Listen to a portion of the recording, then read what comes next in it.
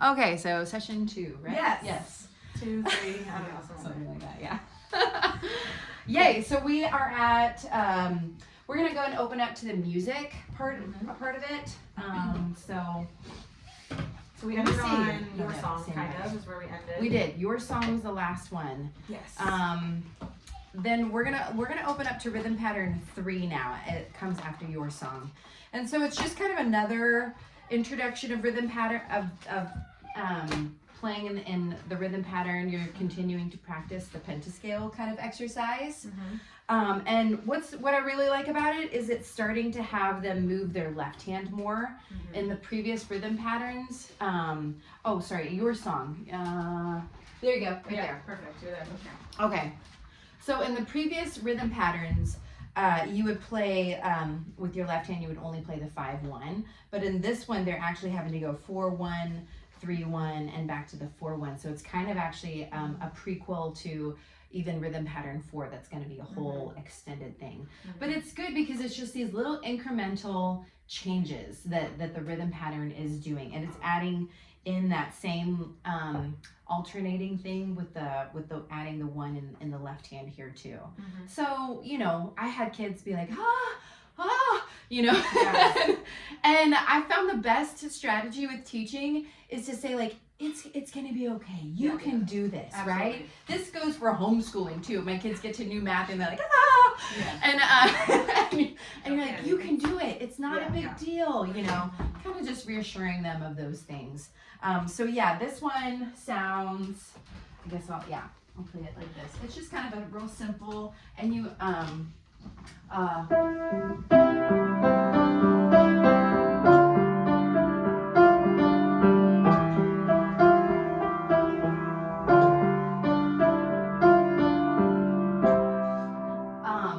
and then they can play it in the minor, right?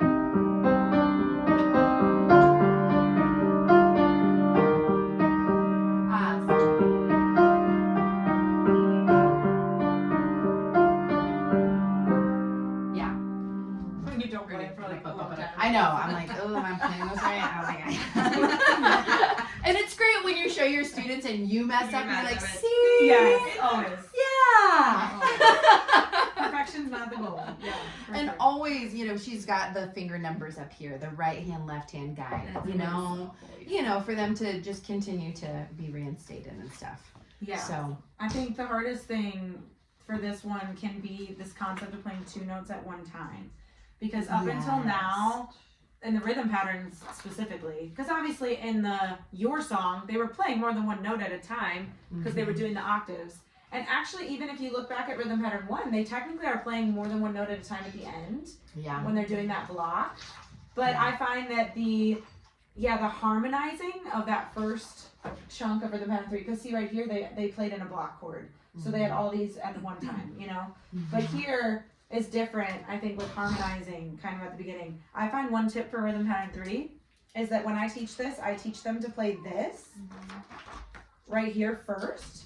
So literally this line. Do you do that? Go ahead. No. So I literally will have them learn, which is rhythm pattern 4. Yes. But it helps them be able to get that first line. Otherwise, you find that they pause. These intervals. And then they'll pause and be like, hang on, where are my 4s? Right? Whereas if you kind of teach them to do this, then they'll be able to fluidly play rhythm pattern 3. So I just kind of break it down a little bit for them. Yes. Because I think, especially the younger students, that like the concept of getting the 2 notes and your 4th fingers are weak, like we talked about. So doing the 4s together can sometimes feel really hard for them to do. And so breaking it down, simplifying it, I think it's always good. The more we can kind of break things down for them and simplify. That way they feel like they're encouraged and they can do it. Like, if you're like, no, it's too overwhelming. Let's break it down. Let's do a more simple thing versus just playing the whole rhythm pattern. So that's one thing that I do. Amen. Yeah, so that's rhythm pattern 3. Pretty simple, pretty straightforward. Sorry, one other note is you do have to change the pedal for each line of this one because it will become very muddy if you don't. But it's a good chance to kind of introduce pedaling and having to lift the pedal. I don't spend a lot of time with pedal technique yet still on this song. Like, I'll let them pedal it, but I'm not. And when I say pedal technique, I mean the concept of, like, when we use the pedal, we don't want there to be any gap in our playing. So it's like, you know, you can use the pedal. And this is getting really muddy because I haven't pedaled. Do you hear that? So what we're wanting to do is lift in between. Now you'll find that a lot of students will do this. Do you see how there's a pretty big gap? Yeah. What we're really wanting eventually with pedaling is that there is no, you don't hear it, right? You guys know this because you play pedal all the time. But if they've never played pedal, they're going to need to learn that technique to be able to keep it smooth. But I find that that's not actually the goal of Rhythm Pattern 3, to perfect your pedaling technique. So I don't overemphasize that. But it is nice for them to just learn how to lift and lower. The introduction. Yeah, just kind of introducing the concept, not necessarily perfecting it. And I've always been surprised, like some kids will get it, and then others For like, sure. Yeah, some are like, oh, I didn't even have to teach you that. It just made sense to you. Yeah, they just kind of understood. And you'll have to find different ways to explain it as far as like, okay, you have to make sure that as soon as you hit it down, your pedal goes up and down at the same time. Yes. You know, that you're Quick not like, motion. keeping it up, but it's actually like kind of a quicker motion to do that. And then there's a little like thumping, but that's all like you'll get it as you as you continue to teach and stuff. Yeah, you know, definitely. you'll get to kind of diagnose as you go along. Yes, for sure. All right, so the epic Ole. Yeah. And by this time, the kids should know all of their white and black pentascales. Yes. Because this has the B flat, which is the very last black pentascale that is on that page. And so that's why Chelsea said, you know, that she's really trying to make sure and emphasize that B flat, even in your song. I really love that idea of doing, she's basically transposing it to like D minor, C, and then B flat are the key, the chords that you can play that in. Okay, but it's beautiful because she introduces these in such a simple way, even though it's like, oh wow, it's all these new chords, but it's like, first let's just learn the chords. And I was wondering, like, I usually just have my kids play just A, is it no? A, G, A, F, G, A, and we kind of just go down this row, and then we go to the D, C, D, B flat, C, D, and go down this row. And it's that B flat that you kind of have to go over like a couple of times because they're like, whoa. Yeah. Sure. And so, but to really go through that, do you kind of go through that in your lessons a lot, or and just give them this 1 week? Oh, if not 2. Yeah. Depending on the student, sometimes I'll have to do just the first row for Yeah. a week. Like if they haven't done a lot of chord playing, if they've only done, like we haven't introduced worship music, or haven't done a lot of chords, this feels like a lot of chords for their brain to like process. So sometimes it's just one side and then the other side for a week. Yeah. Again, just depending on the student, but Yeah. I think the slower you go Yeah. and the more efficiently they can play this. I tell them, hey, we're not going to play the song Ole until you can pretty smoothly do this.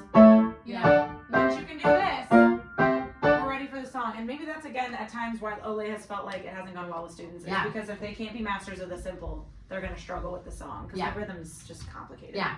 So it's really cool how it's like it starts out just with those really simple ways of doing it. And she's got the way that they're going to play the chord at the very top in the middle. It's got the gray right hand with the left hand too.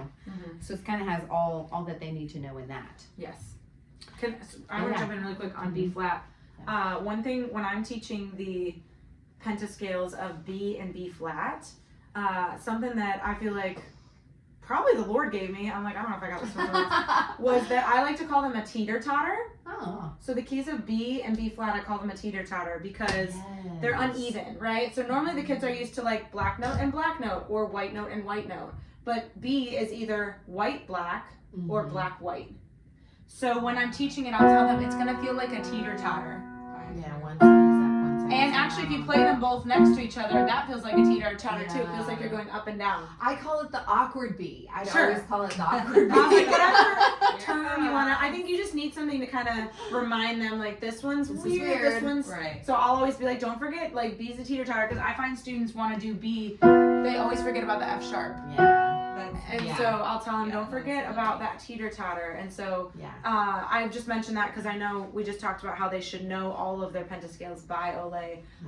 But I think B can be one that needs a little more challenge, care more work. Yep. and intentionality, and really having them rep those rhythm patterns with both B and B flat, just assigning, which we didn't mention this yet, but in the teacher guide it will show you. But I think assigning, obviously assigning homework you should be doing, I'm sure that's a given, but assigning multiple keys each week once they've mastered the simple, again, once they're done with like C and okay, G. they know C, G. Yeah, then you can start to compound and do like, hey, we're gonna do both D, D minor, and A minor this week. And so you technically have 4 pentascales and rhythm patterns that you're practicing. But you could do like pentascale with A because it's new, but then do rhythm pattern 1 with D because you learned that last week. And so you kind of pair the two together. Again, this is very it's very detailed in this book if you want to look into it. But I think that, and then the goal is that you just kind of continue to add, you know, as you learn them. And so I just mentioned that because I think repetition is one of the keys to this curriculum and just learning. Yes, it is the mother of learning. It is. That's a quote, So, I forget. Yeah, for sure. And so I think, you know, I find especially with young kids, like for instance, again, I have a 6-year-old, if all her assignment sheet says is like, Ode to Joy and F, then she's literally only going to play Ode to Joy and F like ad nauseum, which is great, but I'm like, she can handle more. And so kids can handle, you know, good repetition. And I think I like to give them maybe a little more work than I think they can handle versus going so small that it's like they're not very motivated and they just kind of quickly practice and move on. So you have to judge that by the kid because everyone's different. Some kids really can only handle one thing, but I think just, you know, looking for those opportunities to like, oh, let's compound a few things here and let's get some good repetition on B flat, for instance. Let's do it in rhythm pattern 1, you know, let's do it in rhythm pattern 2 maybe even for 1 week and just kind of get those reps in. So. Yeah, I love that.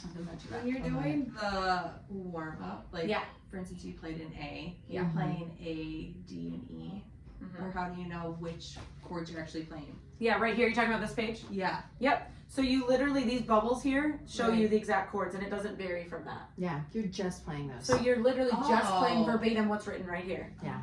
Yeah, it's a little different. Okay, it's not like you were adding another. No, this is just exactly what's written is what we played. And I mean, on the other page that has all the pentascales, that's the page where you can vary it and you can switch them out and you can put them with any rhythm pattern. But on here, like what you see is what you get. So this is exactly what they're playing on this page. Yeah. Yeah. Good question. Okay.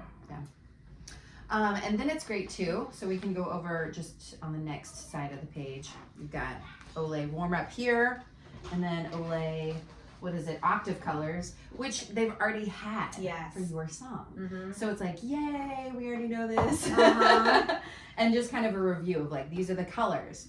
And you're gonna have to point out in the music, what happens is the background color is the octave that they're gonna be in. Okay? Kind of subtle. It's a little something you have to like. So turn to Olay and see how there's like boxes around each page. So this is purple. Green, right? Green, purple. And then we go purple, green, and then blue, that high octave in the very end. So you'll just kind of review that with the child or student over that. Then this next part is what we were talking about with the rhythms.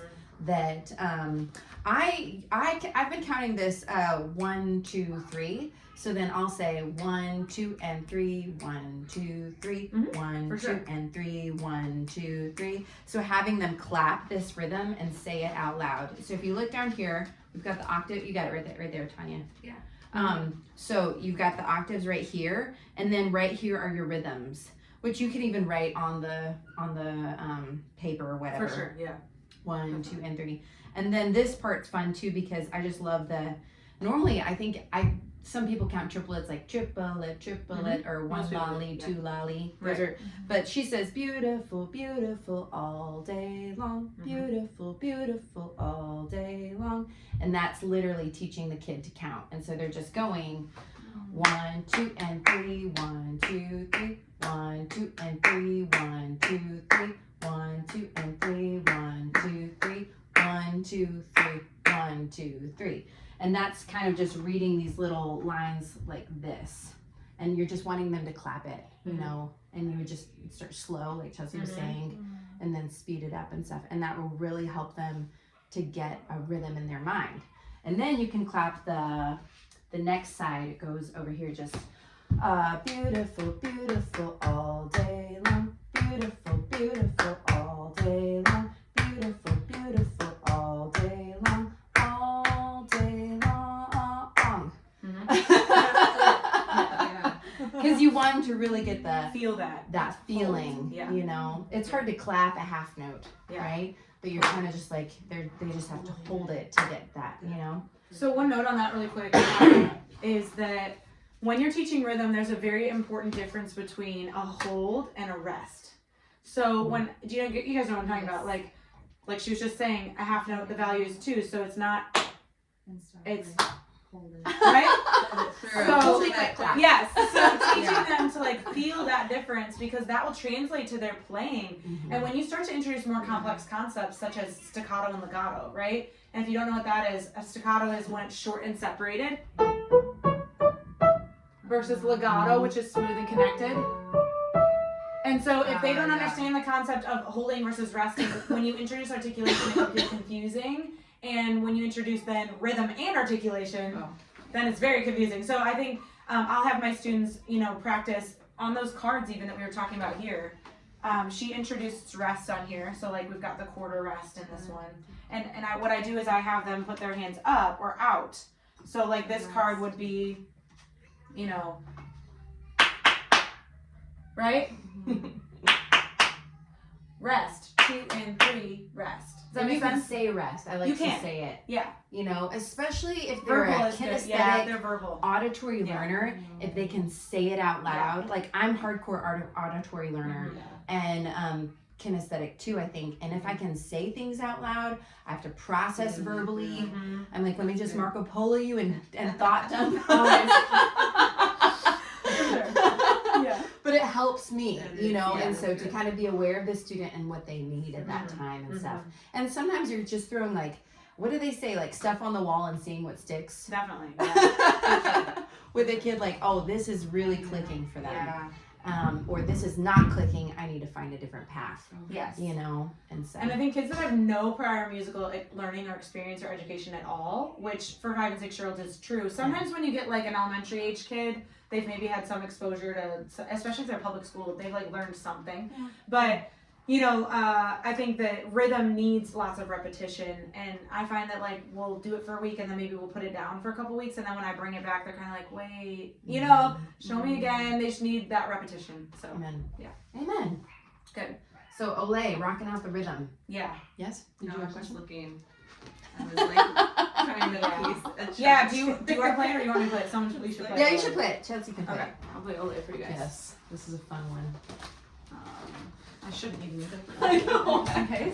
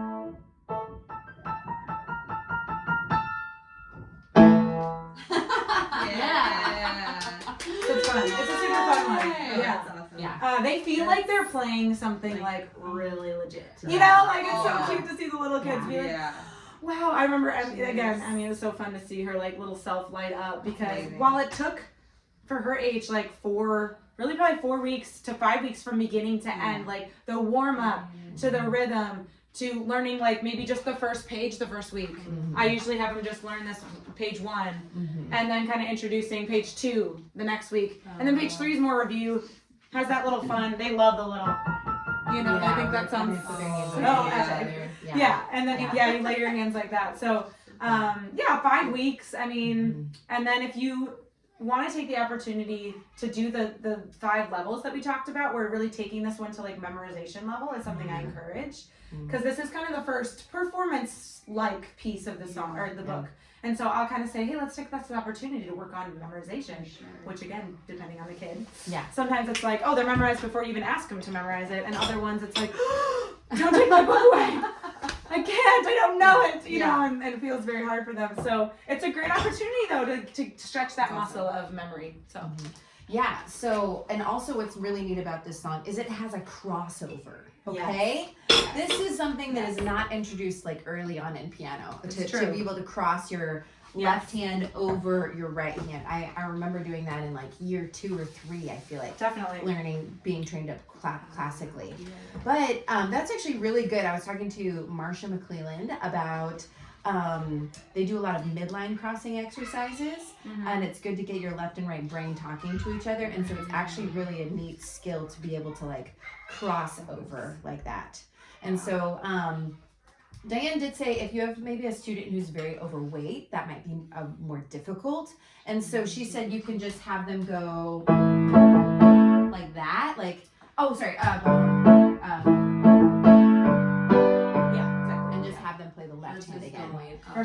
if you're seeing like a serious physical issue with that, you know, and I had some girls too that they were maybe like, I felt like just more challenged, and I was moving them too quickly up to Olé, and so I didn't make them cross, and so you know, it cross on top of each other or a cross? It's a cross, like they're going to be playing G, and then they're really extended. You take your left hand and just take it. Yeah, I wasn't picturing it. Now I got it. Yeah, for sure. And then, well, the end of it, it's a stack. Yeah, you literally stack your hands. You've got your right hand. Like, come on over. It's 1 and 5 with both hands, and then it's A and B flat. In fits, just the A and B flat. Yeah. I think that we're gonna make little videos of like each song being played like that, and that can just be another little resource. Yes. Visual of the song would be great. Cool, right? Speaking of using both sides of your brain, so do you do these? That would be good. Yeah, these are so good.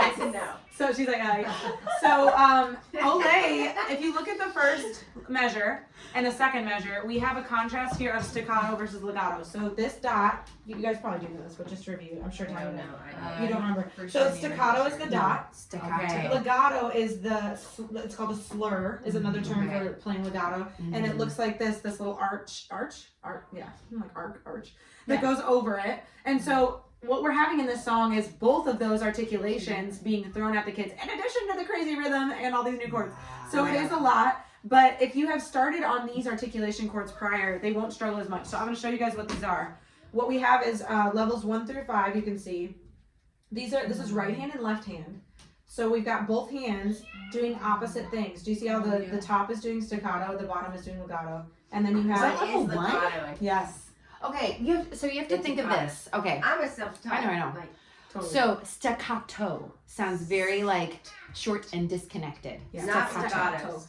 And then legato, think of long or leg. Yeah. Legato. Yeah. That will help staccato has the and then the legato is like long, connected, smooth. Okay. I prefer to use, when I'm describing, I make sure that I don't say that staccato is quick, because staccato isn't always quick. No, it's not. It's short and separated, but it's not always quick. Or loud. Or loud, yeah. They want to play that louder. They'll emphasize it. That's an accent, which is another thing we introduce later. I'm like, sometimes a staccato has an accent and then it is loud, but and then for legato, I tell them the words smooth and connected, not long. Because again, if you're equating quick and long, that makes them think about tempo, which we're not wanting to affect tempo with our articulation. It's a totally separate thing. Those are two very separate things. Articulation is how your hands approach the key. Whereas the tempo is the speed of the song. That's the click, that's the beat, that's the metronome. So I don't want them to associate quick with staccato or long with legato. I just want them to associate the touch. So whether it's going to be separated or whether it's going to be connected and smooth. So just a note on that. And it's cool how like if you look at them, if it has a dot, it's going to be a more like da da da. Yeah. But when it has the slur over it, you can really think that that slur is connecting those notes together. That makes sense. You know? So that's your visual. So what you're doing here is, you know, for cards 1 and 2, you're doing opposite hands, which is really tough for some of them. Yeah. But like, let's say my right hand is gonna be short, and my left hand is gonna be long. Do you see that? Yeah. So I'm doing staccato up here and legato down there, or I can Alright. switch them. And now I have short in my left and long in my right. There are kids that will be like, I just can't. And I'll tell you, I've broken this down really, really small for some kids, like just one note. Just do your I'll right be hand? like, just hold this note. No, I'll be like, literally just right. hold this note and then do this one fast. And they have to just practice this over and over until they can hold one and release the other. That's what I do. I have them just play the first note. Yeah. And then if they can hold one and release the other, then they can do it again. Right? And then it does a few more patterns. I know one is, which in my opinion is easier than the first one. Sometimes I start with this card. Yeah. Yeah. Because I Yeah. find that the brain can process this a little. And then it does opposite. Yeah.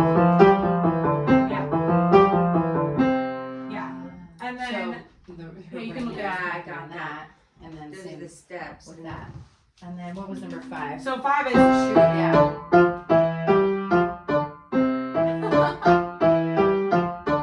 this is such a good one, and I'll tell you why. In music, especially classical music, but there's a lot of times going to be staccatos and then a legato right after it, or like a smooth note. It'll be like, or something like that in a song where there's like a slur right next to staccato. So this one is really, it's a good skill to be able to do 2 smooth notes and then 2 short notes.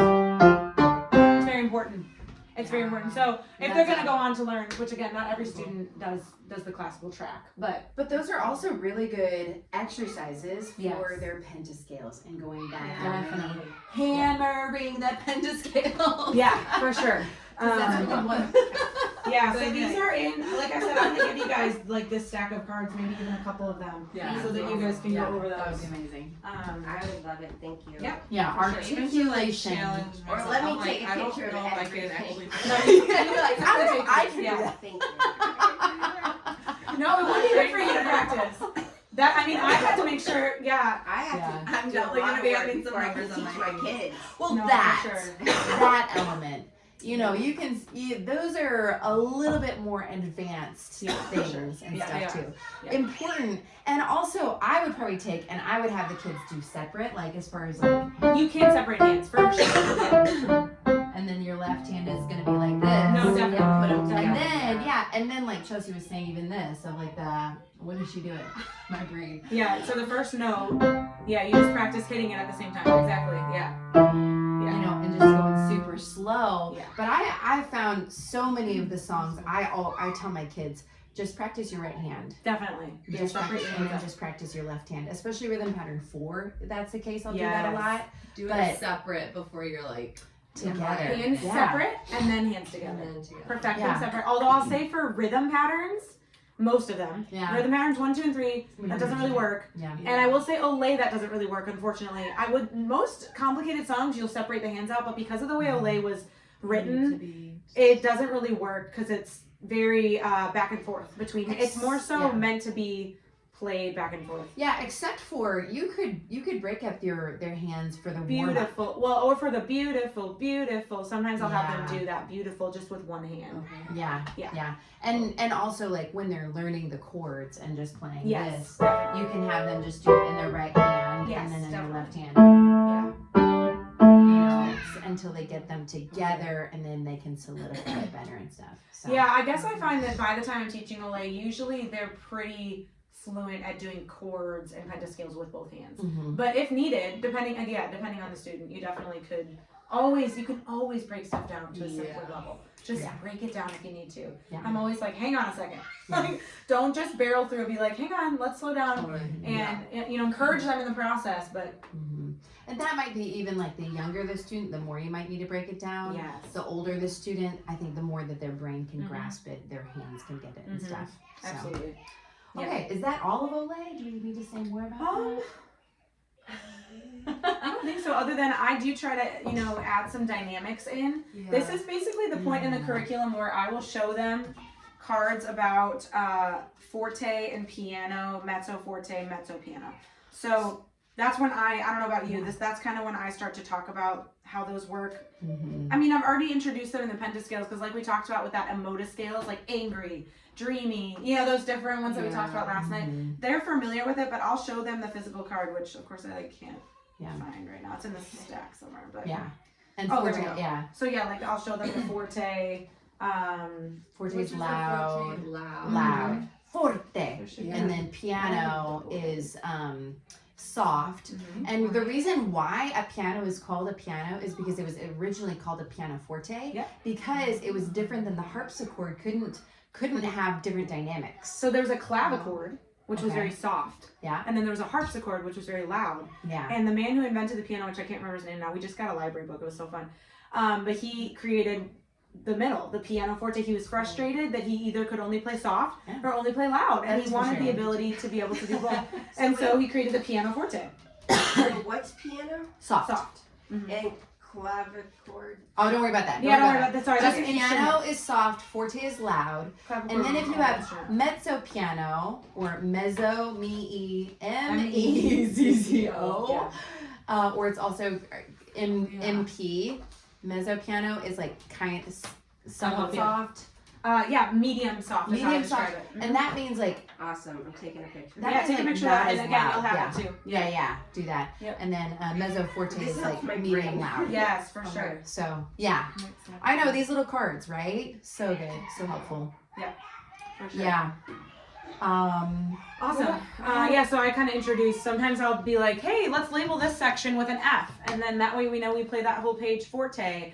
Or hey, let's label this right here. It says go softer, so let's put a P there or an MP. And then we know that we're kind of getting soft there just to visually help them. They love to But there's no specific it's not. No. P or No, there's not. Nothing's no. written on here. It's free. It's free to your interpretation. Whatever you want to do. Yeah. Because there are certain parts that like Chelsea was playing loud that I would have played soft or whatever, you know. Totally. So and that can just be up to your own Personal. That's good. And that's a great way for you to empower them. Yeah. Like, hey, I've been like, hey, you pick the dynamics of the song. You go home and decide how you want it to sound, and I let them totally run with it and like let their again, that's the right side of the brain. Like let their creative brain just kind of engage with the song and think about how they want it to sound. Yeah. So. Is there any idea? Well, this is actually better than what I've been doing. Like with Ella, I showed her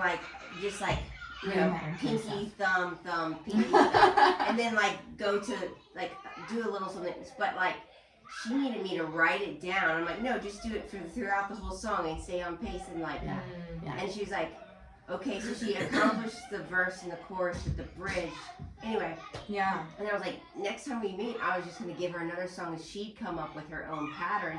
Yeah. But having these finger things is better than just me showing that one little pattern and trying to match it to a song. Yes. But so I'm just I'm excited. Yeah. Show her these patterns. Yeah. But she's going to be like, what am I doing?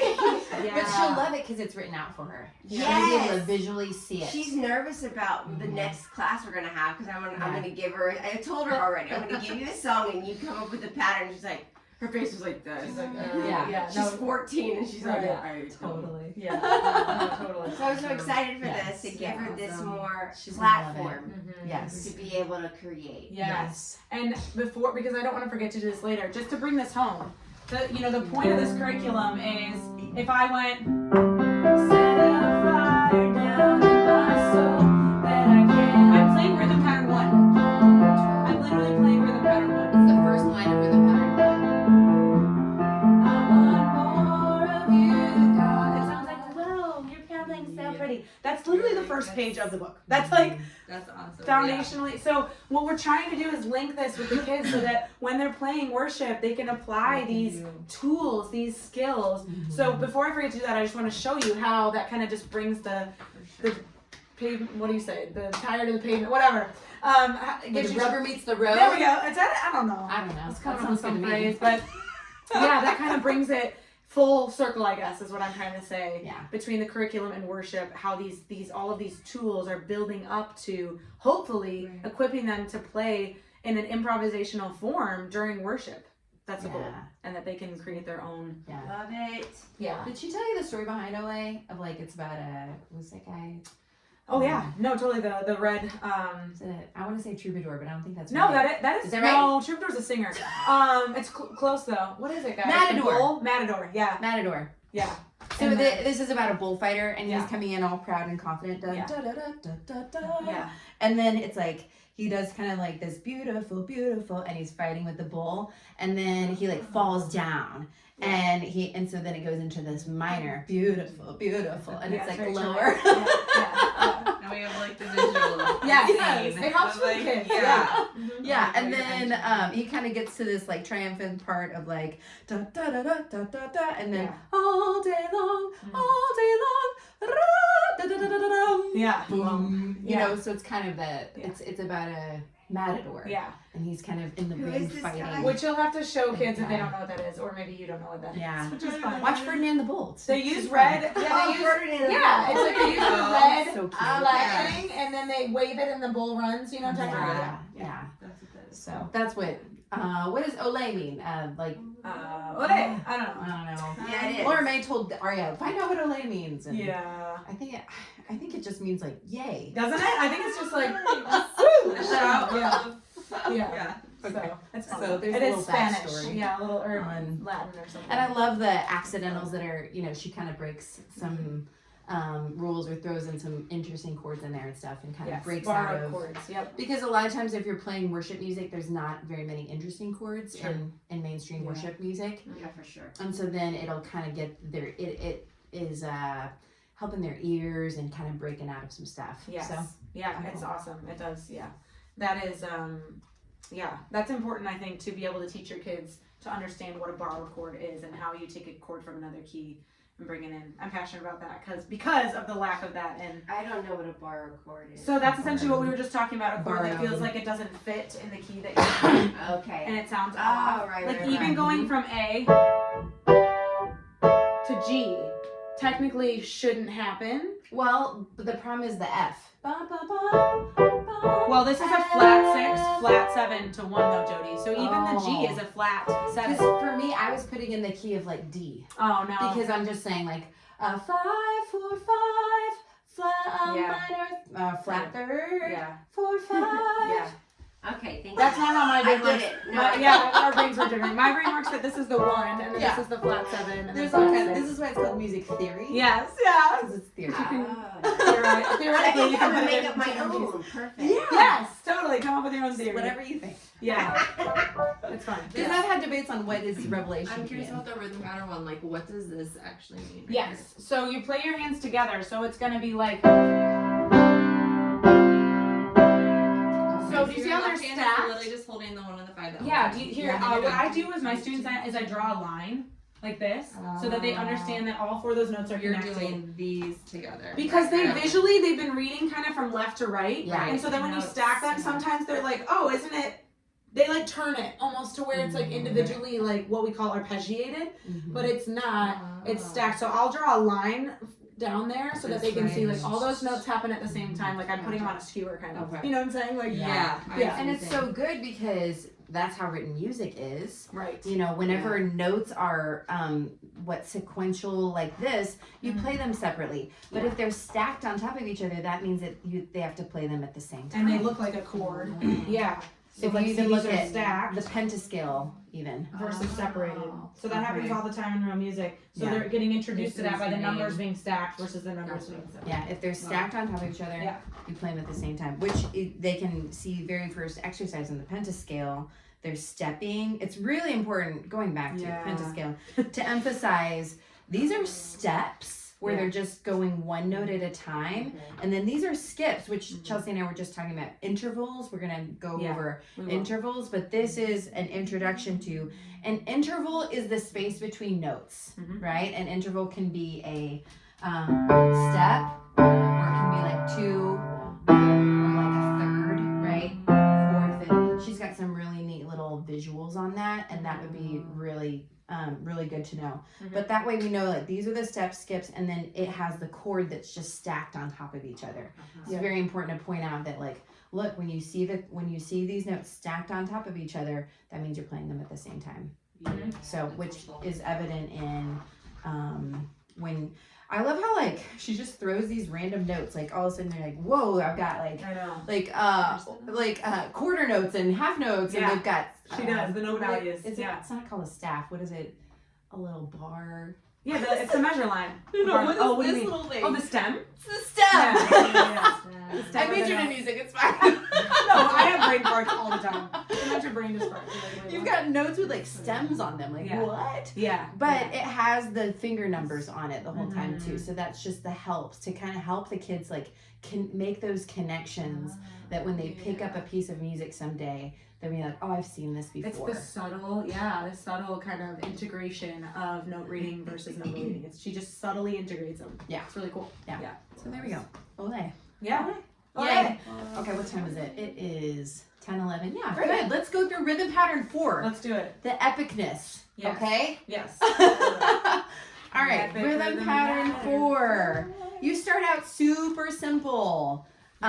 With these guys right here, and it's literally what Chelsea was playing earlier. Go ahead. Yeah. That's the top half. Yeah. Mm-hmm. The interval is a tenth, which again, at this point, we'll talk about that more in a minute, but you've introduced what that might mean. And then the bottom. I think that rhythm pattern 4 sounds like a question and an answer. So I always introduce it to them as someone's asking you a question. You're giving them an answer. Like talking. Yeah, it's like a Dialogue. banter. Mm-hmm. Yeah. Okay, so 10th means that there's 10 notes between the two. Okay, Yes. and when you're saying this, you're actually saying you're starting with the bottom note. 8, 9, 10. 1, 2, 3, 4, 5, 6, 7, 8, 9, 10. That's a tenth. Okay, and then but if it's a 6, that means that there's 6 notes between them. So 1, 2. Yeah. Oh, sorry, 6. That was 6. 6. All right, so that's including both the notes. And it says that on the page. You guys see how it has tenths? And then Yeah.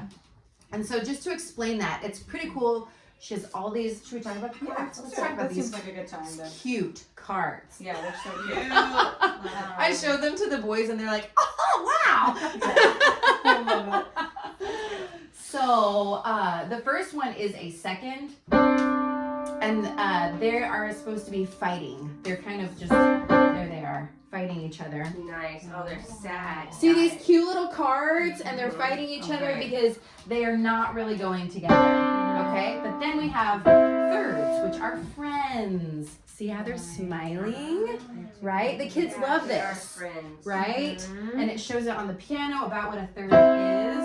Okay, and then we have. Notice how, they're actually, she's showing you on the staff, which they don't necessarily fully understand the staff yet. Yeah. Although I was telling so Jody, good. I usually introduce the grand staff about the same time that I introduce rhythm pattern 4 and the intervals. So we'll talk about that in a minute. But yeah, they're kind of seeing them on the staff, which is cool. Yes.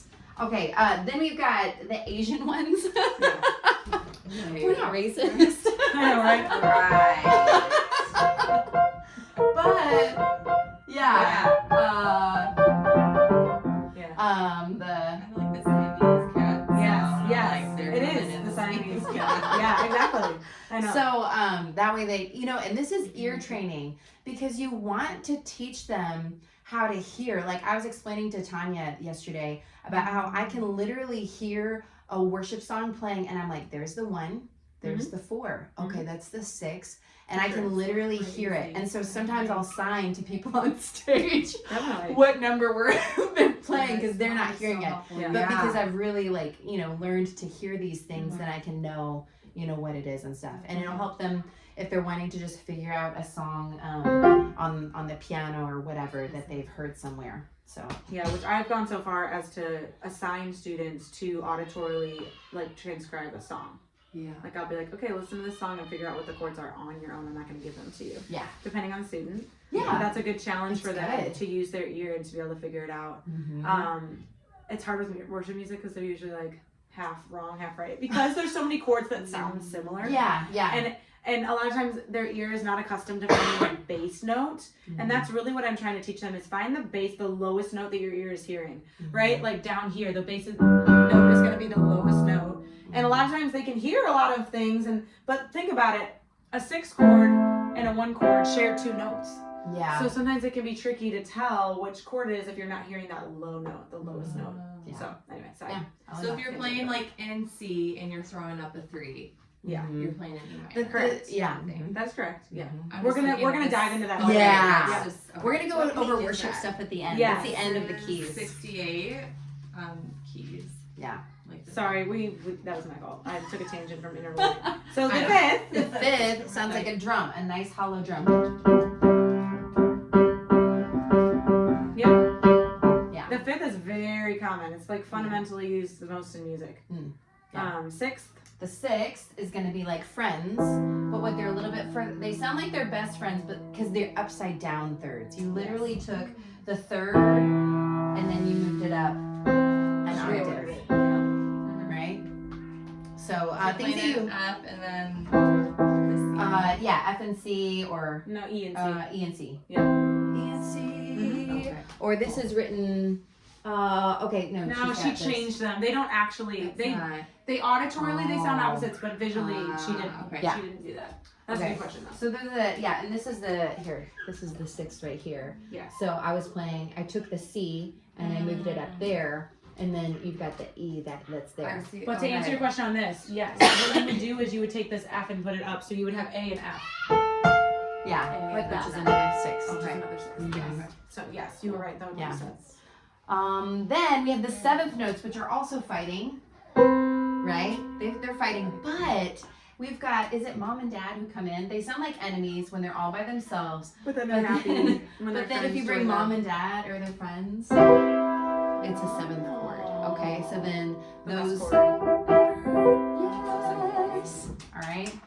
And Yep. then And then we just got the octave, the the eighth. octaves, they're twins, right? Mhm. And then Twins, but one's boy, one's girl, because they're not on the same note, but they sound the same. and then is there ninths? There are 9s. She doesn't have a card for 9s or 10s. Okay, and then tenths are pen pals. Yeah. Oh yeah, totally. That's what, and I was telling Because Simeon 10s are again and just like a Nicholas. third. They sound like a third again. That's why I was telling Simeon and Nicholas. I was like, you guys are friends, but like in different Yes. countries. Yes. Oh. I know. When you're doing like the pentascales though, do you ever include like the 6 and the 7? Like is So, that ever part of With it, or always- pentascales, you're not as much learning anything about a chord progression. So what you're asking about kind of right now, I think, is like how chords progress. You go from one chord to another chord. Yeah. Pentascales are only notes, individual notes within one Okay. chord, right? So it's like we're breaking down a chord into 5 notes. The Yeah. C chord is C, D, E, F, and G. That's what a pentascale is. But eventually we will get to what's called a rhythm pattern or chord progression, which means you're going to progress from a C to an F to a G, and you're going to do it with all 3 notes, and you're going to play them like a chord. That's different than a pentascale that's just individual notes. I see. Versus, Okay. I'm playing a chord, I'm playing a chord, I'm playing a chord. Right. Does that make sense? Yeah. So to answer your question, no, I don't No. go to the green page when I'm introducing pentascales. Okay. I wait. Yeah. Okay. So that's rhythm pattern 4 has, again, going back to this, these intervals of the tenths and the sixths, okay? It's also something called parallel motion, and that can be hard for kids because, and it's the same thing that they're doing in the pentascale exercise at the very beginning where they're going in the same direction. Yeah. It is. Except instead of doing the exact same notes, they're actually going and playing and I'll try to say, whenever I'm doing these rhythm patterns with kids, I'll be like 5 1 1 3 5 3 1 Singing 1. it. I'll sing it with them. Yeah. And that can be challenging because sometimes it's kind of low. Yeah. But Yeah. 5 Literally always. When the mom's like sitting in on lessons, I'm like, sorry. It's like, well, what are you actually doing? Okay, so then I'll try to say like 5 and 3 or 3 and 5 because you might want to go top to bottom. 3 and 5, and then your 4s, and then your 5 and 3, and then your 4s, and your 3 and 5, and that kind of thing, and kind of help them to get that. If they're really struggling, you have them just play right hand. I will say this one, I always do hand separate first. Always. They just can't mentally just put it together usually. Yeah. Even pretty like advanced students, it's like they need to separate it initially. Yeah. And then you do the same thing with the 6. 1 and 3 2s. And I like it that the 2s and the 4s do play together. Me too. 1 and 3 2s, 3 and 1 2s, 1 and 3, that kind of thing. So I give them visually for this one the picture of a mountain. I say to them like, you are climbing up the mountain together. Together. Yep, side by side up the mountain, and then side by side down the mountain. And sometimes on their page, I'll even put a little like mountain type picture, so that they can see, oh, I'm going up, and then I'm coming back down the same form, the same way. Yeah. I find that can be helpful with the tricky, note combination and stuff. Okay, so then that's fun because then we're gonna add something else. Yes. So we'll flip the page over to rhythm pattern for Getting harmony. Some of my favorite stuff in the book here. It's getting epic. So as you can see at the top, she's starting to introduce the concept of lifting the pedal. There we and changing go. the pedal. Pedaling marking. She's showing you what it looks like. Yeah. That little tick in the line is a pedal marking. Oh, this little one? Yep. Yes. No, right here. This is a pedal marking. So pedal will be displayed in a song with that line down along the bottom, and then songs will often tell you when you need to lift the pedal and put it back down. Yeah. With that little tick. Yeah, this little tick means lift it up, put it back down. Yes. And then at the end, it just means, lift it up and it's done. Yes. Yeah, so now this is really cool because you're actually adding in an extra little rhythm. And this has a bit of like a classical feel to it. Yes. Which is really fun. So they're going to be going, and they might be like, oh, For sure. they usually are. So they're going.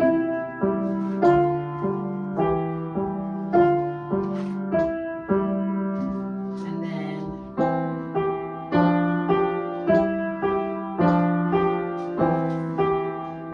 Yeah. And I'll try to have them maybe just do the left hand, right? Again, we're separating the hands. For sure.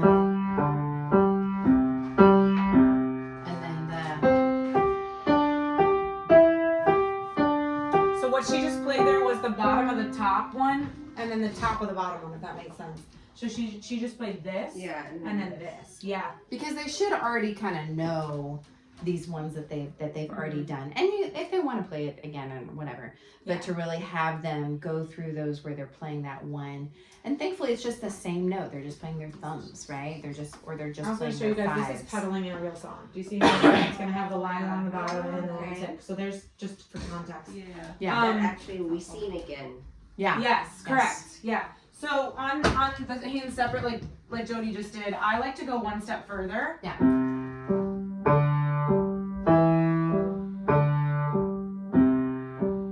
Did you guys pick up on what I did? Yeah. So what I call it balance.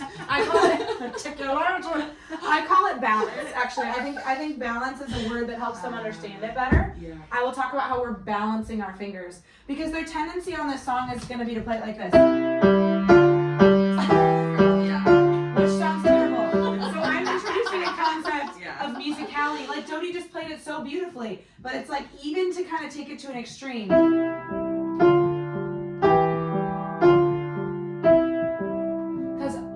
So I tell them, I said, music is so fun. It's like a game because you get to decide what your listener hears. Yeah. Right? Do you want your listener to hear this note as the loudest note?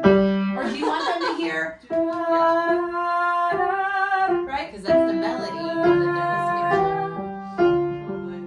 So then they're working on the balance of their hands. It is very challenging for them. In the same way that the articulation they're listening to. was challenging, remember this? It's very hard for them to have one hand play loudly and one hand play quiet. And what I do is I have them do one note over and over again until they can get this one soft and this one loud. Does that make sense? Yes. So again, I know I'm like next level with some of these things, but again, we're creating musicians. We're not just creating robots. We want them to be able to play with feeling and movement. Yeah. So Yes. that's one note on that. Amen.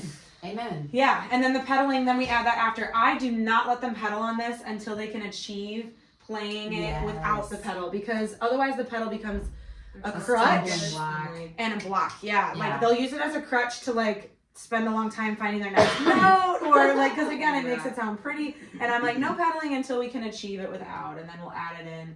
And on this hand, again, it's the same thing with balance, right? And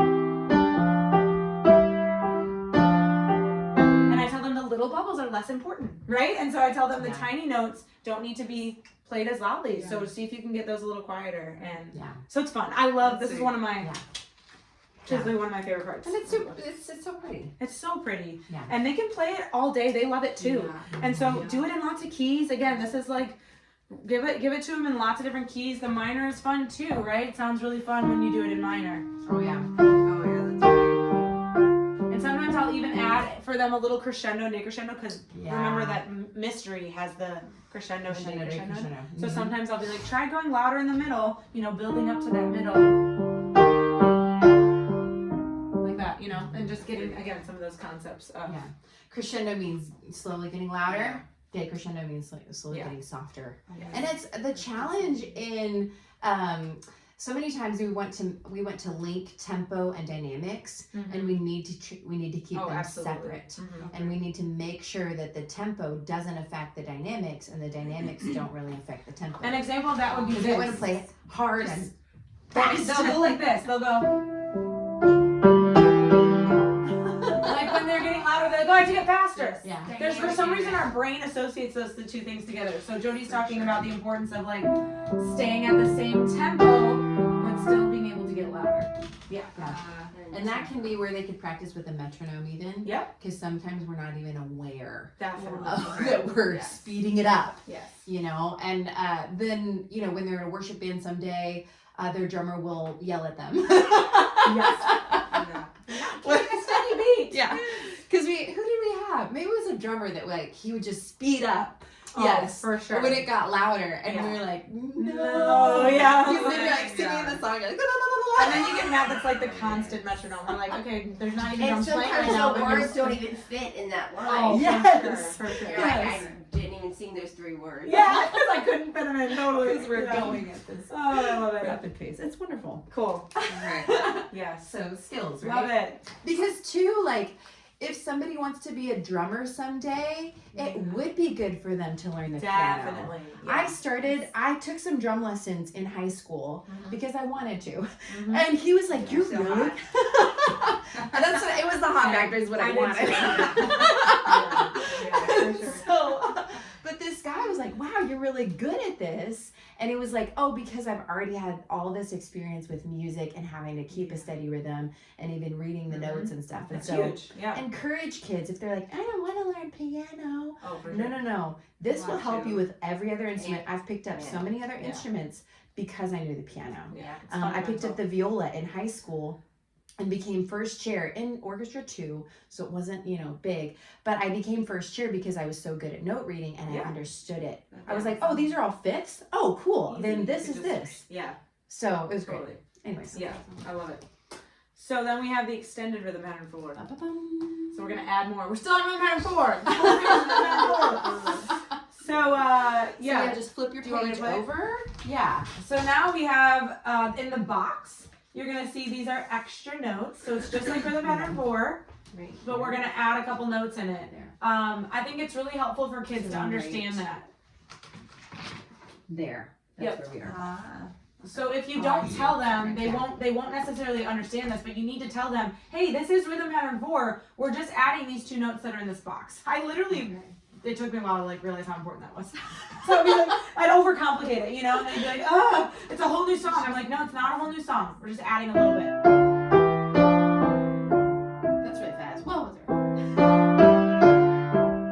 Yeah, obviously your student probably won't play that fast initially, but I like to play it that fast again to show you that it's like a question and answer. yeah. Like, how are you today? Doing okay? Yeah, I'm really good. Thanks for asking, right? So it feels like that question and answer. Love it. And so I like to play it fast for them to show them that. But yeah, initially, obviously, they're going to be going really slow, just like with anything that you teach them. Right, nice and slow to begin. Yeah. So that's what it sounds like, extended rhythm pattern 4. I find that this is tricky. Hands separately again. Yep, hands separately. But this is one that we sometimes land on for a few weeks if they're like struggling to get their brain. Depending on their age too, I find again with the youngers, with the 5s and 6-year-olds, this is like I think one thing that's helped, I think this is the spot that almost hands down every student struggles with, is right here. And what's helped is for me to show them that you go from 1 and 3 to 4s back to the same thing. Yes. So I'll have them literally play, again, remember we talked about breaking stuff down. I'll have them just do the 1 and 3 to the 4s, back to until they can get that feeling down of just this, and this, muscle memory. And then when they go to do the whole song, it doesn't feel it doesn't feel as hard because they know that one spot really well. And so that's just a little, this is from experience of teaching this curriculum. This is the spot that you're going to be like, okay, let's break that down. Yeah. And let's just focus on that. Yeah. Amen. Yeah. So then what's cool is that we can go then to the next page from there. So once they get that down, it's beautiful because we've already done these concepts. They've already done this is the extended rhythm pattern, okay? This music box, and that's what it says, extended rhythm pattern 4. Yeah. And there's 2 of them. There's music box, that it says it can be played 1 octave higher for a music box sound. And if you see 2, it says major keys. You want to practice this in all the major keys at the very top. Yeah, so these are like little subtle notes. Major keys, and then it says, the octave higher, and then you're going to see minor keys down here. For mystery. So we know, it's like these little subtle things. It says can be played 1 Lily, octave lower. Lily teaching this, sometimes she doesn't even, she forgets to look at the little things. Yes. She's like assigning mystery and major and music box and minor. I was like, Lil, look. She's like, oh, yeah, it's like those little, yeah, those little things you that don't can pick be up on missed. as a student. Oh, for sure. That You didn't even know as a student that was the case. It was unintentional. What keys do you usually use for these? Every key. Oh, Every pentascale that they know, they can play this song in that key. So even things like F sharp minor, B flat minor, they can do it in any key. Always teach something in C first. Yeah. Always start with C. We want to take things down to the most simplest form, right? That's what we were just talking about, simplify things. So always start in C, make sure they can master C. And once that's done, don't jump to, E flat from C. You're going to go incrementally up, like, okay, let's try an A. Okay, let's try an E. Maybe try, F. And then we might jump to B or B flat or E flat. So that's kind of how I'm sure you probably do the same, just incrementally kind of jump. Yeah. I would recommend though, not just teaching this in C and moving on. That's moving too fast if you're doing that. Like they need to master it in several keys. Okay. Yeah, it's not like you just teach it in one key and then they're good to go to the next song. And that applies too to the rhythm pattern 4 harmony, which was back on page, I don't know on page 4, but it's the one that goes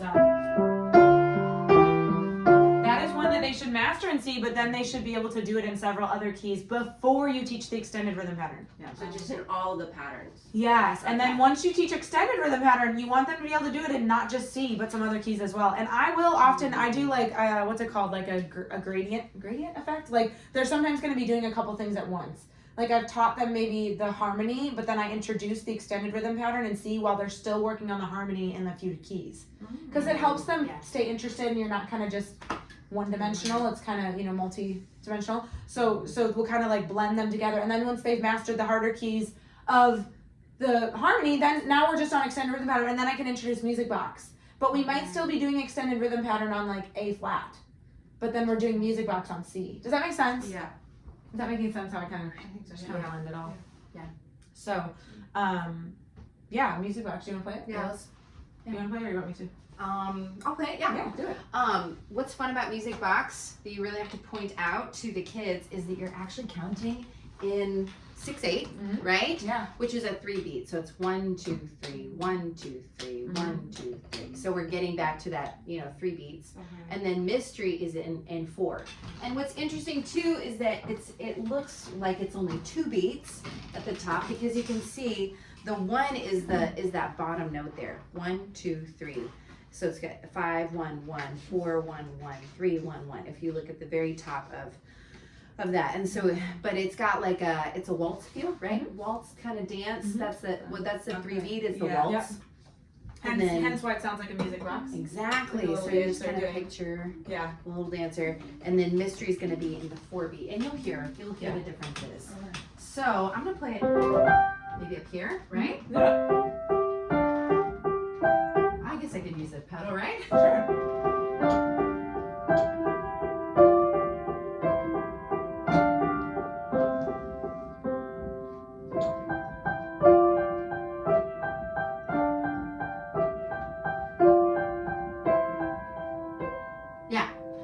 that's that little 3 beat. So pretty, huh? Isn't it pretty? It's so pretty. You know, and then if you wanted to do mystery in a minor key and you wanted it to be, so the relative minor of C would be A minor, you could start it out and it's just going to be all white notes.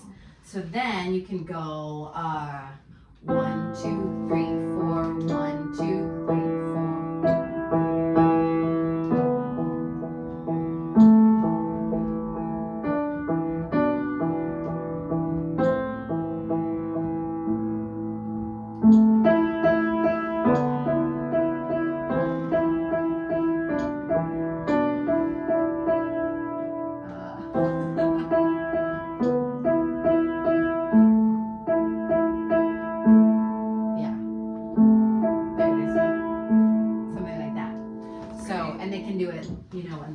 Key and just making sure that they're counting it. My kids got really confused with how much they're supposed to play, like how, like the notes and stuff. Because the temptation is then to take the music box and make it into that 1, 2, 3, 4, 1, 2, 3, 4. Yeah. And that's not it. It's a 1, 2, 3, 2, 2, 3, 3, 2, 3.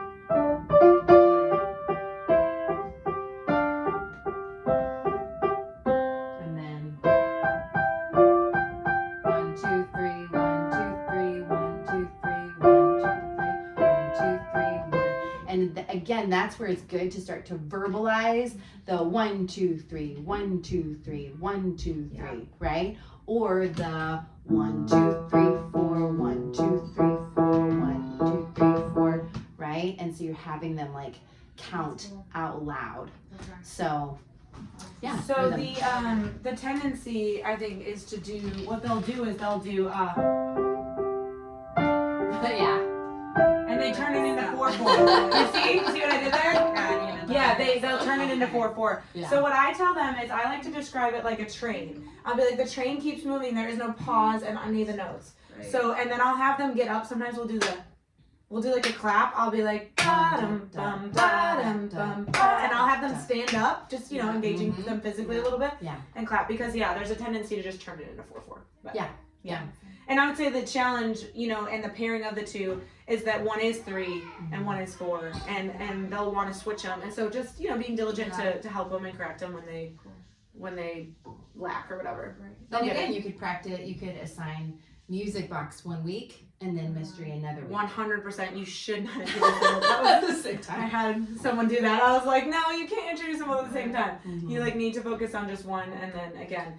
Just like I talked about that varying effect, we're always kind of transiently going through. Yeah. They can still be practicing the previous pages, just in more complicated keys.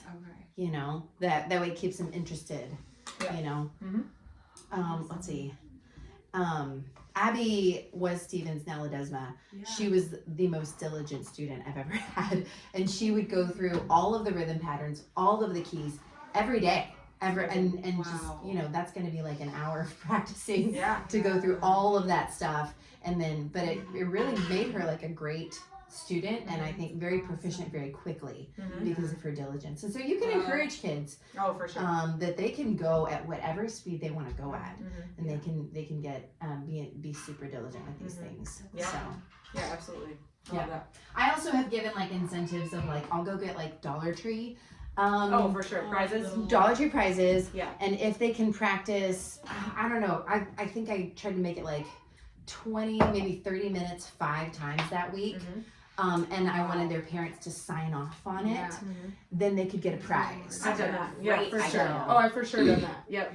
Yeah. I've tried even doing practice sheets where they'll take it home and like write it out for themselves. It's been effective maybe 50%. Yeah. You're just gonna get the student that's like, I lost that like the first day you gave it to me. Maybe usually, well, I'll tell you this. Usually the kid that you're giving it to is the kid that like already is like, you know what I mean? Like already struggles with like just keeping it. So they can give a piece of paper. They're like, that was gone. Like, what were you thinking? So I do think prizes, motivating them with like, hey, there's incentives, or like I'll tell them I've taken students to like get them ice cream. I mean, this was like Lily, fun. But like there's a couple girl students that I've been like, young girls, like let's go, and they think that's like really exciting to like go out somewhere with. I guess. Oh, totally. But it's That's cool. sweet. That's because that's what we were talking about. This is discipleship, not just teaching piano. And so that motivates them to work on a goal or practice harder. It's cool. Yeah. Yeah. And parental involvement is good as far as the parents kind of helping to remind the kids. Mm-hmm. I with my own kids, the times that they've been best at practicing is when I set an alarm on my phone. Absolutely. And it's 8:30 in the morning. I want them to just get 15 minutes in before school starts. And it's okay, 8:30, the timer went off. It's time for you to go over there and sit at the piano and practice. Every day, 8 a.m. Yeah, it comes up on my phone every day. I'll tell the kids, go practice. Now, sometimes they do get distracted, and it doesn't happen then, but if I keep it on my phone, even if later in the day it's oh, this is a good opportunity, I'll be let's go. And sometimes it is I'll have to do a little bit of hand holding, take them in and be what are you working on? And just spend 3 or 4 minutes getting them started, and then hands off from there. Yeah. But I think encouraging parents, there's actually an awesome, I wonder if it's in here, or maybe it's on the document on Google, but there is an awesome page that you can give to parents in regards to, because some parents are I don't literally know what to do. Yeah. I had absolutely no idea. And it has some good tips of ask your kid to play you this, or ask them to explain this, and I'll see if I can find that page for you. So good. But it's been helpful for parents that I find are pretty hands off, and I'm kind of you need to actually be more hands on. You know what I'm talking about? I'm sure, and that's almost a discipleship opportunity for you as the teacher to be hey, I think this is, and I've had parents, a couple of them have actually even resisted me a little bit, and they've just been I don't have time for that. And I've been no, I think you do. It's no, I mean, okay. There's people I'm people I'm pretty close to. This isn't strangers. But it's no, I think that you can at least remind your kid or put it on their school homework sheet. Yeah. That's not that hard for you to do. And just empowering them as parents for these little things. I'm not asking them to designate 30 minutes of their day to help their kid practice. I can see how that feels unmanageable. But I think just a little reminder, give them a little encouragement, is good. So anyway, Amen. practice tangent. So that's is that all rhythm pattern 4?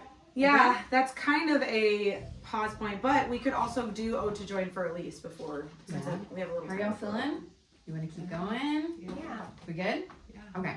Let's do Just it. maybe 20 more minutes? Yeah, we just got about 20 more minutes. Ode to Joy, which we all know, right? Joyful, joyful, we adore thee, God of glory. Yes. And then Fur Elise. Kids get real excited about that one, right? Yeah, so we got some Beethoven. Yep. So both of these are Beethoven songs. Okay, Ode to Joy. Yeah, are y'all on that? Okay, cool. And we have kind of 2 Ode to Joys too. It's Celebration 1 or 2 or something. There's 1 and 2, yes. Yeah. 1 is just a little slightly more simpler than 2. I think she did this because she really wanted 2 to be the landing point, but it felt a little overwhelming to learn at first. So I think she kind of, again, just like with Rhythm Pattern 4, how we had 4 kind of steps to get.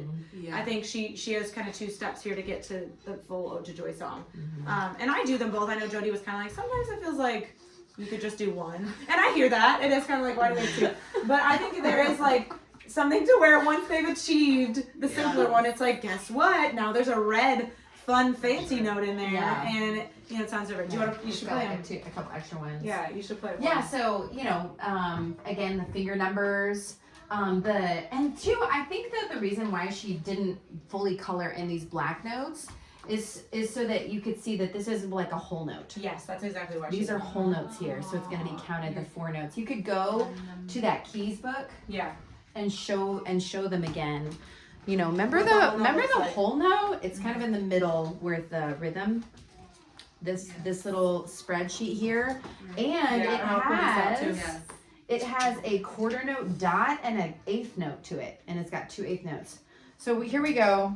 Yeah, on these lines, so some rhythm actually written in with the actual notes there. So that's a little different right here too, because she's teaching on some rhythm there. Yeah, so it's gonna have the eighth note that we need to remember. We're counting it 1 and right, or there's 1, 2, 3, 4, and then the whole note is just held. But then they can also, if they're an auditory learner, they're gonna hear you play it. Yeah, for sure. I'll sometimes even just YouTube video and an orchestra playing Ode to Joy. Oh, I love to show them. Because that's fun. I do, For them to see, you know, or I think one time I found a cellist just playing it out in the street pretty. or something cool like that. Anyways, Ode to Joy. Absolutely. Here. Okay. Sorry, all the books. Okay, so.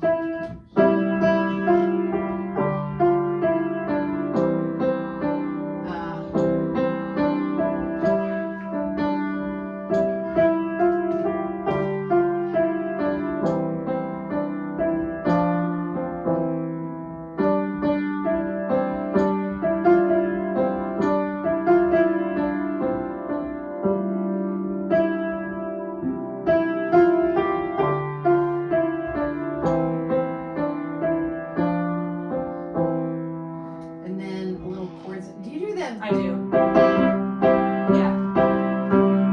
I do teach them that. Yes. Yeah, so that's kind of the little part at the bottom Mhm. where, and it says change key, and that's where you can actually then go to the G, right?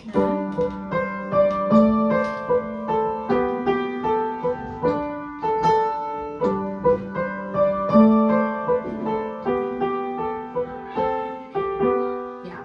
So, and that is, Chelsea was talking about articulation. You do want your right hand to be louder because that's the melody, right? Versus Yeah. Chelsea's piano, I'm not used to this. Balance. Yeah, I call that the balance edge. No, I I was know. like, I'm Yeah. kind of pounding it because Yeah, totally. and every piano is different. Every anyway, piano's too. different. Yeah. Yeah. I don't ever teach this one with pedal. It does sound really pretty like that. I think that I don't want that to be a crutch for them to not do the rhythm accurately or, you know, the notes even and stuff. So I don't often do pedal on this one. I think that's up to your discretion. But I love the bottom. What it actually is supposed to do is you're supposed to repeat it in the new key. So it's like you do the bottom and C, and then you introduce G. Okay, yeah. And then in G, you do the song. So that's kind of what that bottom is for. I think it's cool to teach them modulation. That's essentially modulation. You're teaching them the concept of modulating from one key to another and kind of establishing a new key. And I think it's repetition of all pentatonics again. We're just repeating them. And so I will give this pretty much always in at least like 2 to 3 keys, and sometimes we'll do a couple weeks on like doing 2 to 3 keys each week and stuff. So And if they need help, like you can always keep it open, like the pentascales right here, and then Ode to Joy right there. That they can have that just as a reference point of like, what's my next one that I go to, you know, and they can just again, it's going to hammer in the pentascales, and it'll just help them to practice Ode to Joy, and it won't be so boring. If you're practicing just the same thing over and over, it helps to add interest to the student, and for them to have to play it. Oh, I have to play it in D now, and that has an F sharp. absolutely. And you can just encourage them, like, this is going to make them like a music ninja. Give me any Write key, it I can down. play. Yeah. This, and that's the beauty of like conventional piano. It doesn't teach the music ninja. It's like you play this exact note in this exact rhythm And with if you this. don't have all of it written in front of you, you don't know what to do. Yeah. And it's like, no, we want to be free. Yeah, no, this is teaching like creativity, and man, you better transpose from this to this. You're gonna become like a ninja at transposition because you'll know every key, and you'll be like, yeah, I played Ode to Joy in 17 keys, not 17, but because there aren't that many. I'm like, wow, G sharp? No. And so, you know, they wouldn't be playing Ode to Joy in minor because that's what Fur Elise is for. Correct. So again, this says major pentascale review, subtle, but there. So at the top, you know that, okay, this is just for, because Ode to Joy is not a song in minor, so you're really actually making a new song. Yes. I did hear that in my house recently. I was like, oh, interesting. So one of them was just like playing, and I was like, that's interesting. Yeah. It's not, again, they're nothing breaking the rules. They play in minor, but the goal is, major review. So then You can play that. You can play the next one. So 2's fun. It's very similar to what they played before, but we have a little bit more harmony. See a little bit more left hand involvement there.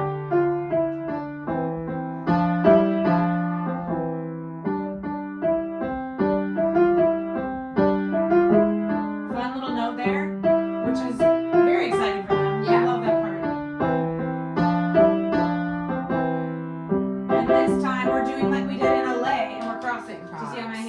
there. Yeah, at the And very then- end. Yeah. And then you play in the new key. There. Yeah. Yes. And then you can go to another key there. So And this little red note right here, it says.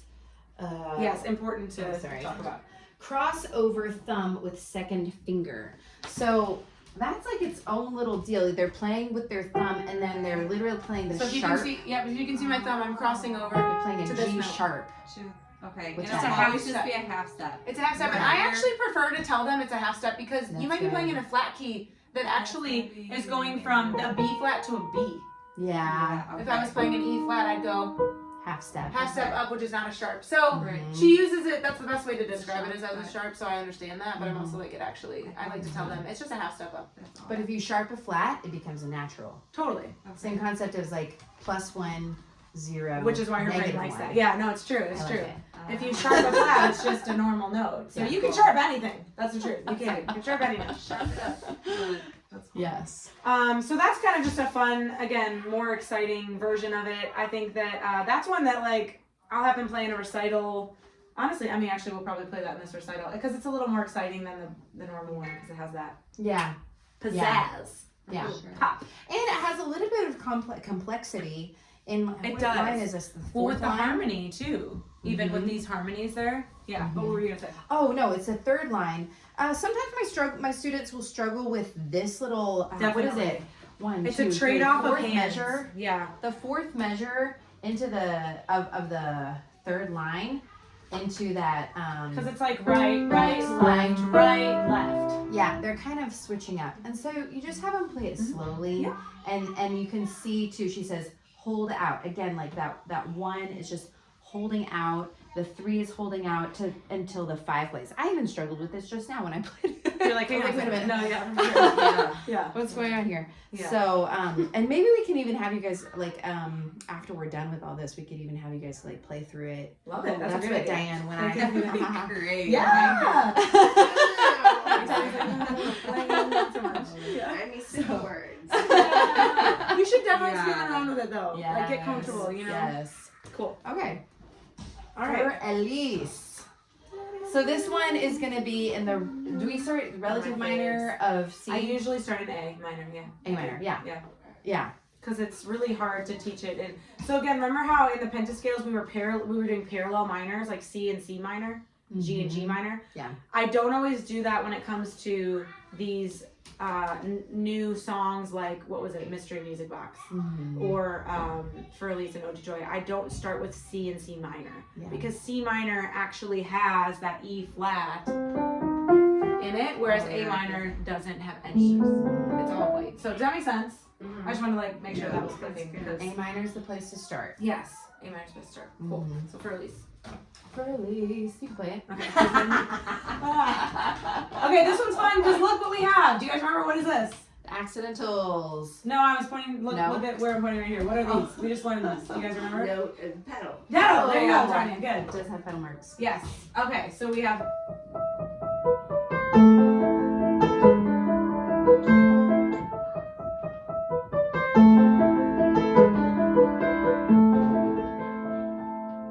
So again, this one's very expressive.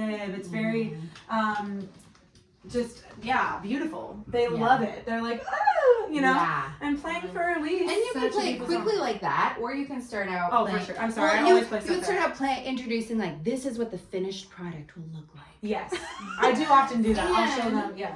And then you can just go real slow. Which they're gonna need because this first line is like you're like jiggle what like what am I looking at, you know? Yeah. Sure. So with the sharps and then the natural. If you haven't talked about what a natural is yet, you guys know what a natural sign is. So it returns the note to its original form. So we sharped the 4 here, but then we need a normal 4. So like in A minor, your 4th finger is a D normally. This is a D, if you guys can see that. Yes. Okay, but I'm moving it, I'm making it a D sharp. So I have, but then I have a natural on the D, so it goes back to, 2. it goes back to just a normal D. Yeah. I see. Does that make sense? Yeah. So that's just important to teach them. If they haven't learned what a natural sign is, I always tell them in this song, because sometimes, let's be honest, as a teacher, I've forgotten Which to one know is what the a natural natural is. side? So this one right here is a natural sign. Yeah. Okay. Mm-hmm. Looks like two like L's put together. Yeah. Yeah. Not a hashtag, but two L's. Because the danger of like playing it really fast at the beginning too is then they're gonna try to do it real fast. Right. And so you play it fast and then you play it real slow and just kind of are introducing it in this very methodical. Oh, absolutely. I'm sorry. Yeah, if I was not setting a good example, I would not recommend that you like tell your students this is the song. They're gonna be like, "What did you just play?" Yeah, when you're introducing a song, showing them very slowly.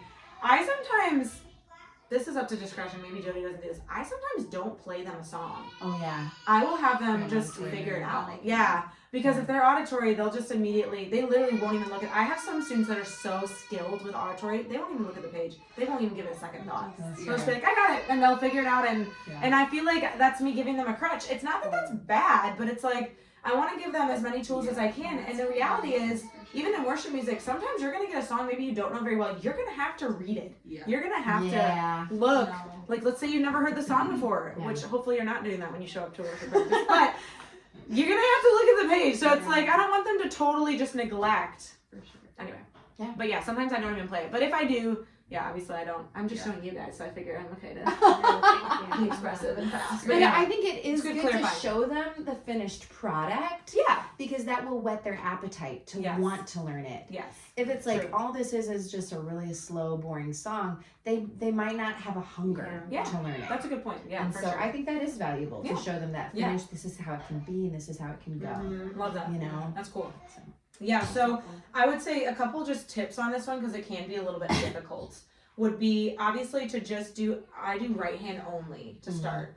So I just teach them this complicated first line, and we do the bum ba-dum ba-dum ba-da-da-da-da-da-da-dum ba-dum ba-da-da-dum, and that's kind of that takes usually sometimes like half a lesson, just kind of getting their brain to do the accidentals. And then what we'll do is do left handle, and I introduce it separately, and I'll teach them how to do and then find that flat five. So flat five, again, depending on the key, you might not necessarily be playing an actual flat on the piano, but you're going to lower the fifth a half step or flat it. And so in A, it turns into an A flat, right? But let's say, again, if we were in a flat key like E flat, it's going to turn into a D. Anyway. Yeah. So I think going slow with this one, hand separate, is really important. I don't recommend adding the pedal in on the first week that they learn it. I like to wait a week. Yeah. I'll be like, learn the notes first, and then we'll add pedal in. And then I love to add in the expression. Encourage them with this one to try expression. It's like hard to play this not expressive. It's like, you know what I mean? It's one of those things that kind of expresses itself. So I think it's a great opportunity. If you have a student that's not as inclined to play expressively, they're a little more robotic and a little more, straight. I think that this is a great time to be like, lean into it a little bit, getting a little bit of feel. So, yeah. I love that a lot for Elise. Well, and this is also a challenge for this one is to play it in the different minor keys. Definitely. Because it gets super complicated. Yeah. You have to know all of them. And so maybe even, I only ever teach it in A. One time I did teach it in C minor. Yeah. Because I was just like, well, she was more advanced and she could do it. But probably even going up the. Do you have them played in different keys though? Not really. You don't? Oh, I always do. God. This is one that I'm just like, I want to see you play it at least in like F minor, C minor. Sometimes even, I like to at least do like a couple of the ones that have. Yeah. No. Yes. Yeah. Yeah. See, I even struggle with that. So what you do though, here's a teaching tip though. So Jody just tried to play that without reviewing F minor. Yeah. So review F minor. I'll be like, play me an F minor pentascale, right? So that we remember what F minor is. And then I'll say, let's try this song in F minor, right? And then they can be confident of the notes they're playing. So I think it is such a good one for minor pentascale review. And it will stretch them to have to really figure out their accidentals. To like practice. Because what I wasn't thinking about as I was doing is like, oh, how would I do a sharp fourth? Oh, that would mean I would need to take the fourth finger and I'd need to make it natural because it was flat. Right, exactly. And then, there's a flat third. Yeah. So there's all this like, but if they already have their minor pentascales, they can figure it out. They really can. They should be able to on their own even. If they're pulling up their book, again, you'll struggle with those auditory people. But the visual ones, you'll assign it to them and they'll look at home and they'll be like, no, I figured it out. They'll come back and be like, I could play it. And it's because they have everything they need. I always say that to my students. You have everything you need. You cannot say that too many times because I'm like, I just don't even know. I'm like, you have everything you need. But No, sometimes it is the like, flat yeah. fifth. No, sometimes it is like, yeah. I'm sorry, I didn't mean that to act like I'm not gracious with them about complicated songs like Fur Elise. But I think sometimes they like to use it as an excuse, like, you have to read them. But sometimes they'll be, I just didn't even know. I'm like, well, did you try? Maybe you try. Yeah. Like, let's open this up and then I'll show them together. We'll look and see how they could have figured it out at home alone. I always tell them, Miss Chelsea doesn't follow you home and not on your shoulder when you're practicing at home.